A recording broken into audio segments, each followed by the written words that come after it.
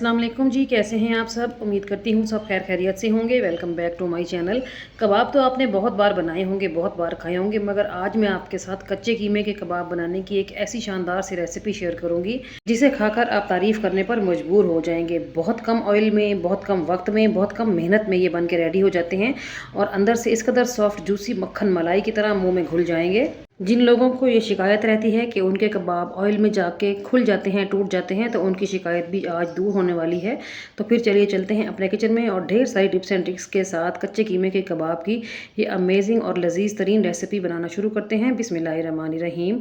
तो ये कबाब मैं बनाऊंगी बीफ के कीमे के साथ। आप चिकन या फिर मटन के कीमे के साथ भी इस रेसिपी को बना सकते हैं। तो यहाँ पर मैंने 500 ग्राम के बराबर बीफ का कीमा ले लिया है और कीमा बनवाते हुए मैंने इसमें 50 ग्राम फैट भी डलवाई थी ताकि कबाब जो है वो जूसी बने। तो कीमा जो है वो बिल्कुल ड्राई होना चाहिए। इसमें जो भी ब्लड वगैरह था वो मैंने सारा निचोड़ लिया है और यहाँ पर कीमे को मैंने एक बड़े से बाउल में डाला है और 2 मीडियम साइज़ की प्याज को बारीक बारीक चॉप किया है। प्याज का भी पानी निकाल के यहाँ पर हमने शामिल किया है।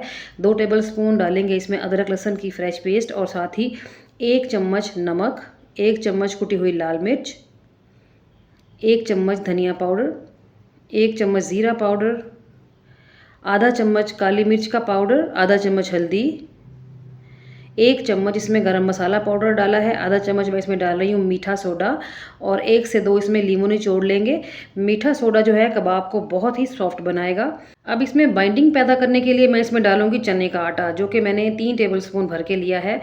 भुने हुए चने लेके उनका पाउडर बना के मैंने यहाँ पर डाला है। आप बेसन को थोड़ा सा ड्राई रोस्ट करके भी इसमें शामिल कर सकते हैं। मुट्ठी भर धनिया, मुट्ठी भर पुदीना, 2 से 3 हरी मिर्चें इसमें मैंने डाल दी हैं। अब हमने इन तमाम चीज़ों को मिक्स कर लेना है और एक बार ख़ुद मैं इसको अपने घर के चॉपर में घुमा लूँगी ताकि तमाम चीज़ें अच्छे तरीके से यकजान हो जाएँ। तो यहाँ पर मैं छोटे चॉपर का इस्तेमाल कर रही हूँ, तो 3 से 4 मरतबा मुझे ये कीमा बनाना पड़ा। बड़ा चॉपर यूज़ करेंगे तो एक ही बार में सारा कीमा बन जाएगा। 1 चम्मच मैंने इसमें डाला है घी ताकि कीमा जो है वो मॉइस्ट बने और चॉपर को बिल्कुल थोड़ी सी देर के लिए चलाएंगे। कीमा तो बना हुआ ही है, बस चीज़ों को हमने मिक्सअप करना है। तो यहाँ पर मैंने 3 से 4 बैचेज़ में सारा कीमा बना के रेडी कर लिया है। बहुत अच्छा और फाइन कीमा बन के रेडी हुआ है, ये देखें।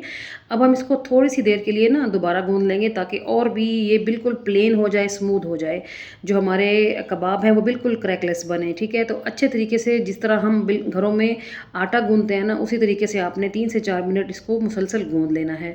गूंदते गूंदते ऐसा फील होगा कि इसमें रेशा बन गया है। मैं आपको दिखा देती हूँ कि इसमें रेशा बन चुका है, ये देखें। अब हमने इस कीमे को 1 घंटे के लिए फ्रीज़र में रख देना है क्योंकि हमने इसको चॉपर में घुमाया है तो ये थोड़ा सा हीट अप हो गया है। तो इसको ठंडा करेंगे तो ये सेट हो जाएगा। 1 घंटे के बाद फ्रीज़र में से निकाल लेते हैं और ज़बरदस्त किस्म का हमारा कीमा जो है वो सेट हो चुका है। अब हाथों को ऑयलिंग कर लें या फिर पानी का इस्तेमाल करते हुए थोड़ा सा पोर्शन हाथों में लें कीमे का और इस तरह दबाते रहें ताकि इसमें जो भी एयर वगैरह है वो निकल जाए। उसके बाद आपने कबाब बना लेने हैं। कबाब की शेप आप अपनी मर्ज़ी से दें, लेकिन बहुत ज़्यादा हैवी नहीं बनाने, थोड़े से चिपटी शेप में दें। ये इस तरीके से, ये देखें आप इसकी थिकनेस देखें कितनी ज़बरदस्त किस्म की थिकनेस है। तो बस इसी तरीके से ही बाकी के सारे कबाब भी बना के रेडी कर लेंगे। कीमे को मैंने अच्छे तरीके से ठंडा कर लिया है तो मैं कबाब फ्रीज़र में नहीं रखूँगी, डायरेक्ट फ्राई करती हूँ। फ्राई करने के लिए मैंने एक खुला सा पैन रखा है चूल्हे के ऊपर और इसमें शामिल किया है 4 से 5 टेबलस्पून के बराबर कुकिंग ऑयल। आप ये कबाब फ्राई करने के लिए तवे का भी इस्तेमाल कर सकते हैं। इनफैक्ट तवे के ऊपर बने हुए कबाब और भी ज़्यादा टेस्टी बनते हैं। मेरा जो तवा है वो इस टाइम पर फ्री नहीं था तो मैंने पैन के अंदर इन कबाबों को फ्राई कर लिया है। ठीक है जी। और फ्लेम का आपको बताती चलूँ, आपने ये कबाब लो टू मीडियम फ्लेम के ऊपर फ्राई करने हैं। ठीक है, अगर आपने फ्लेम को तेज़ रखा ना तो ऊपर से ये जल जाएंगे, काले पड़ जाएंगे और अंदर से कच्चे रहेंगे। इसलिए आपने फ्लेम को बिल्कुल लो पे रखना है। लो से बिल्कुल थोड़ा सा बढ़ा सकते हैं लेकिन बिल्कुल हाई पे नहीं रखेंगे। ठीक है, तो यहाँ पर आप देख सकते हो कि लो फ्लेम के ऊपर ही मैं इनको फ्लिप करते हुए फ्राई कर रही हूँ और बस 3 मिनट ही लगे हैं इनको फ्राई करने में। 3 मिनट के अंदर हमारे जो कबाब हैं मज़ेदार से बन के रेडी हो गए हैं। माशाल्लाह से आप इनका कलर देख सकते हैं, ना ही ये ऑयल में जाके टूटे हैं, बिखरे हैं। तो बस सिंपल आपने इस रेसिपी को कॉपी करना है। मैंने जिस तरीके से जिस जिस इंग्रेडिएंट का जिस टाइम पर यूज़ किया है ना, आपने बिल्कुल वैसा ही कीमा रेडी करना है और फिर आप ये कबाब बना के फ्राई करें, तवे पर फ्राई करें चाहे पैन में फ्राई करें। फिर आप देखिएगा किस कदर सॉफ्ट, मज़ेदार और बेहतरीन कबाब बन के रेडी होते हैं। तो यहाँ पर हमारे कबाब बन के रेडी हो गए हैं। साथ में मैंने थोड़ी सी सैलड बनाई थी और धनिया पुदीने वाली हरी चटनी भी बनाई थी साथ। और माशाल्लाह से यहाँ पर आप लुक देख सकते हैं कितनी अमेजिंग और टेम्पटिंग लुक है। तो ये है जी हमारी आज की रेसिपी की फाइनल लुक। उम्मीद करती हूँ आपको मेरी आज की रेसिपी अच्छी लगी होगी और आइए अब कबाब चेक कर लेते हैं, देख लेते हैं अंदर से सॉफ्ट और जूसी हैं या नहीं।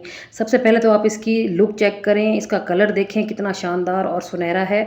और ये देखें जी किस कदर सॉफ्ट है, कितने आराम से इसके 2 पीसीज हो गए हैं। और मैं आपको प्रेस करके भी दिखा रही हूँ कि किस कदर जूसी हैं। ये देखें जी माशाल्लाह, बहुत ही कमाल और बहुत ही ज़बरदस्त किस्म की रेसिपी मैंने आप लोगों से शेयर की है। तो बस एक बार मेरी इस रेसिपी को ट्राई ज़रूर करें।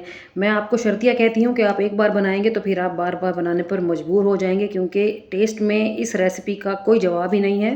तो मेरी आज की रेसिपी अच्छी लगी है, मेरी वीडियो पसंद आई है तो वीडियो को लाइक और शेयर करना मत भूलिएगा, और साथ में चैनल को भी ज़रूर सब्सक्राइब करें। तो डू ट्राई द रेसिपी, जब भी ट्राई करें तो फीडबैक दें, और साथ ये भी बताना है आपने कि आपने मेरी इस रेसिपी को दुनिया के किस कोने से बैठ के देखा है, कौन सा शहर है, कौन सा मुल्क है, ताकि मैं आप सब लोगों का दिल की गहराइयों से शुक्रिया अदा कर सकूँ। चलती हूँ, आज के लिए इतना ही। कल फिर मुलाकात होगी किसी और फ्रेश और डिलीशियस सी रेसिपी के साथ। तब तक अपना और अपने प्यारों का ढेर सारा ख्याल रखिएगा। मुझे रखे दुआओं में याद। अल्लाह हाफिज़।